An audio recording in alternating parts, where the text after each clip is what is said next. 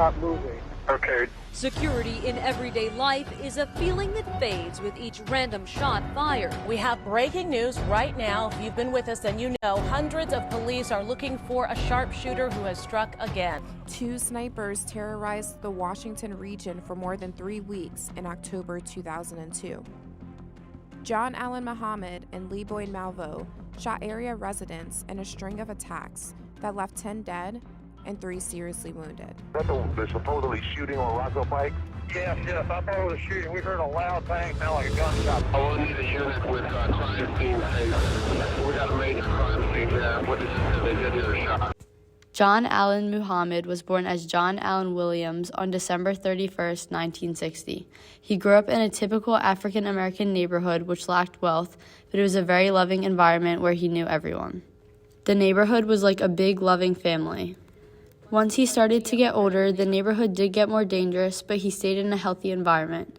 Muhammad's mother died of breast cancer when he was 3, but his father was always around, and there were so many people to watch over him if he made a mistake. He never got into much trouble as a young child, but he did get upset when he did not get what he wanted from his relatives and even friends. Muhammad did have a falling out with an ex-wife and received a restraining order against her and his children.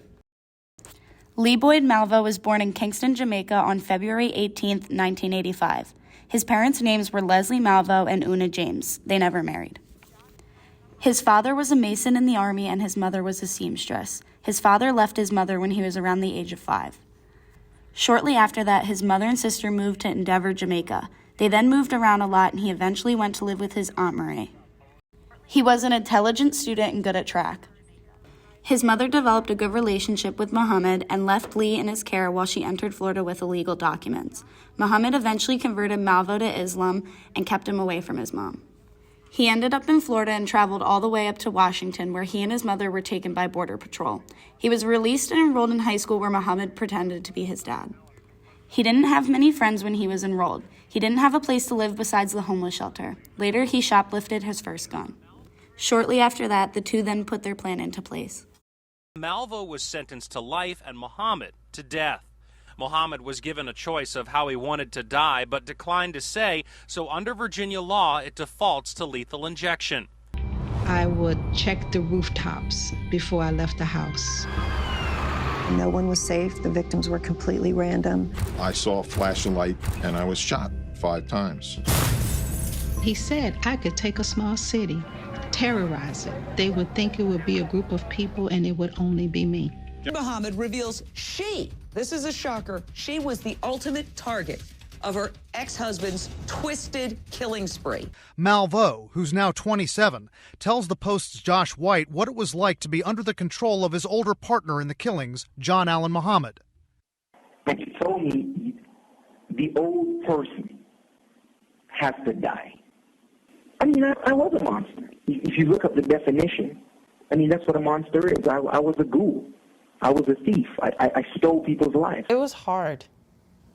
It was definitely hard. They blasted it on the TV, and it was hard.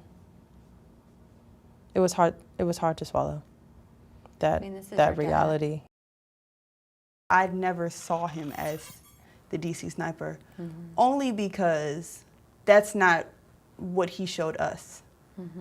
You know, not saying that he didn't do it, because he obviously did it. The only man that I saw was my dad raising us. Malvo, now 37, was originally convicted of capital murder in Virginia at the age of 17 and sentenced to life in prison without parole. But a series of Supreme Court rulings and a change in Virginia law gave him the opportunity to seek parole. Serial sniper Lee Boyd Malvo will stay behind bars after his parole was denied in Virginia. The parole board ruled he is still a risk to the community after he and John Allen Muhammad terrorized the Washington, D.C. region.